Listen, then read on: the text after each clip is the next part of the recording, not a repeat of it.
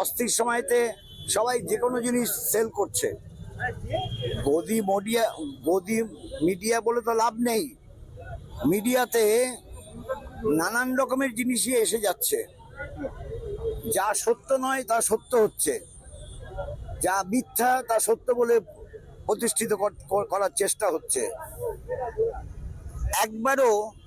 এখনো পর্যন্ত একবারও পহেলগাঁয়ে যে 25 জন মানে টুরিস্ট একজন কাশ্মীরিয়ত, এই যে একটু আগে বললো 26 জন তো কাশ্মীরিয়ত নয়, 25 জন টুরিস্ট, একজন কাশ্মীরিয়ত, টাট্টু চালক সে কাশ্মীরি, সেটা লেখা হচ্ছে 26 জন, তাই সবাই 26 জনই জানে। সে টুরিস্টদের প্রাণ বাঁচানোর জন্য চলে গেল।